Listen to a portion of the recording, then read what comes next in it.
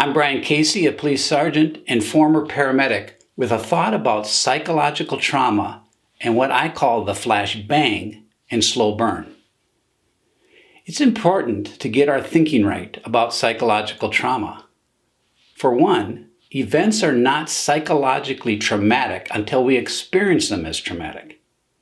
In other words, they are only potentially traumatic, but not automatically traumatic. So it may not be helpful to assume you or your coworkers have been harmed by the events of the job. And if people feel harmed or have strong reactions, know that many of these reactions are completely normal and often necessary. And with some rest and recovery or some extra help, they'll be just fine. And in some cases, better off for having had the experience.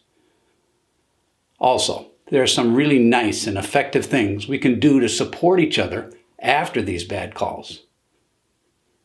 Because not all mental and emotional distress from the sometimes ugly sights and sound of our work are the same, I think it is useful to differentiate between a single big trauma event and multiple little traumas.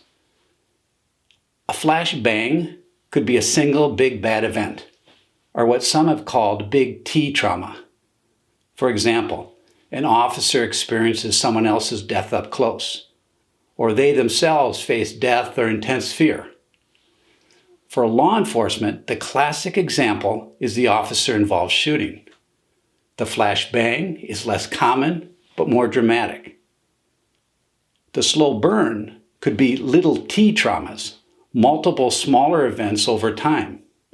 For example, the steady diet of victim and victimizer, witnessing the suffering of others and the results of stupid, hurtful behavior. The slow burn is more common, but less dramatic, and possibly over time more harmful. A person's response to potential psychological trauma remains very individualized, due in part to the varied nature of both the event and the person.